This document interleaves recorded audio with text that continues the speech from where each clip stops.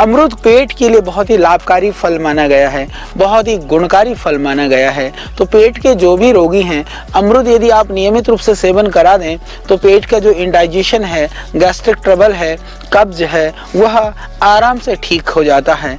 और इस अमरूद फल को मन को प्रसन्न रखने वाला फल भी कहा गया है। इसके सेवन से आपका जो मन है वह प्रसन्न रहता है, मन खुश रहता है।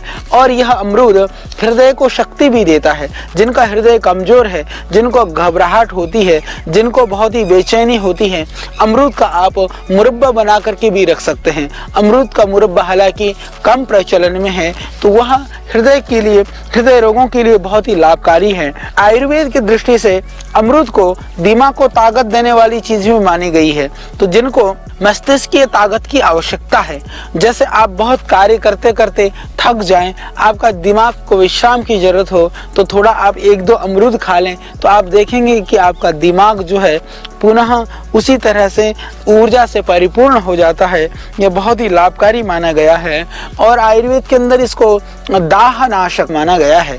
जिनके हाथ पैरों में जलन रहती हो, उनको आप नियमित रूप से अमरूद खिला दें, कुछ समय तक वो नियमित रूप से अमरूद ले लें, वह आराम से ठीक हो जाता है। जिनको बहुत ज्यादा वीकनेस हो, उन लोगों को भी यदि आप अमरूद खिला दें तो दाह के लिए, मूर्छा के लिए, मस्तिष्क के लिए, हृदय के लिए यह लाभकारी फल है अमरूद। तो अमरूद खाते समय एक ध्यान रखने की बात है, जैसे बाकी चीजों को जितना आप चबा करके खाएंगे उतना ही वह लाभकारी होता है। तो बाकी चीजों को चबा करके खाना चाहिए, परंतु अमरूद का बीज को चबा करके नहीं खाना चाहिए। शायद अमरूद के बीज को चबा करके खाने से जो इसके अंदर जो गुण है, मल को बहुत ही रेशन करने वाला जो गुण है वो कम हो जाता है। वो शायद इसीलिए अमरूद के बीज को चबाने के लिए निषेध किया गया है। बाकी अमरूद को चबा करके खाइए, अमरूद के बीजों को आप बकस दीजिए, उसको वैसे ही खा सकते हैं। थोड़े बहुत बीज टूट जाए, टुकड़े हो जाए, थोड़े बहुत दांत में आ जाए, उससे हानि नहीं है,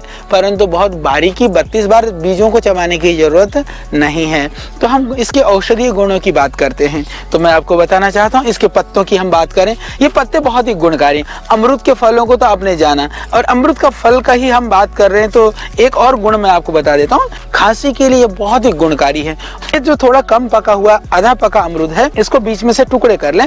टुकड़े कर करके इसमें थोड़ा सा नमक भर दें, सेंधा नमक, थोड़ा सा नमक डालें, डाल करके इसको आग में भून दें। तो यदि हम आग में इसको भून देते हैं तो ये पक जाता है। वो अमरूद को यदि आप चबा चबा करके खाएंगे, यानी बीज को बिना चबाए बाकी अमरूद को चबा करके, तो आप देखेंगे कितनी भी पुरानी खांसी हो, खांसी के लिए बहुत ही गुणकारी है। और भून करके खाया हुआ अमरूद, जिसको भूख नहीं लगती हो, जिसका लीवर डैमेज हो, उसके लिए भी बहुत ही लाभकारी है। और प्रायः गांव देहात में इस प्रयोग को आज भी करते हैं।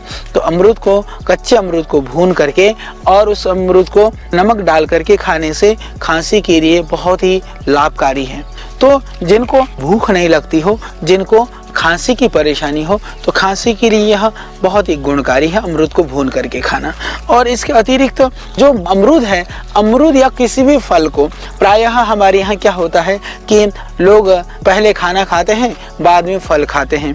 बाद में फल खाने की अपेक्षा फल को भोजन से पहला लेना ज़्यादा लाभकारी होता है। तो खाना खाने से पहले फल खाइए, फल खा करके फिर आप भोजन करिए। नहीं तो लोग क्या करते हैं, खाना खा लिया, खाना खाने के बाद में जो है वह फलों को ला करके दे दिया जाता है। तो फल पहले लेने से वो ज़्यादा पाचक होता है। और इसी तरह से अमरूद भी कि यदि पहले खा लेते हैं तो लीवर के लिए, आंतों के लिए वह मल को ठीक रखने वाला होता है। यदि बाद में खाना खा करके आप खूब अमरूद खाएंगे, हालांकि खाली पेट ज़्यादा अमरूद खाने से थोड़ा पेट दर्द हो सकता है कभी कभी, जिनका पाचन प्रक्रिया ठीक नहीं है, परंतु हल्का भोजन लेते हैं तो खाने के बाद ले सकते हैं। पर भरपेट भोजन करके उससे पहले आपको खा लेना में ज़्यादा ठीक है। तो भोजन के बाद अमरूद ले लेते हैं तो विरेचन का भी काम करता है। जिनको कब्ज हो, गैस हो तो बाद में, परंतु फल के लिए यदि आपको फल खाना है तो जरूर भोजन को थोड़ा कम कर लेना चाहिए। भरपेट खाना खाया फिर उसके ऊपर फल का सेवन नहीं करना चाहिए। तो इसीलिए भोजन कम, फिर बाकी फलाहार ज़्यादा आप ले सकते हैं।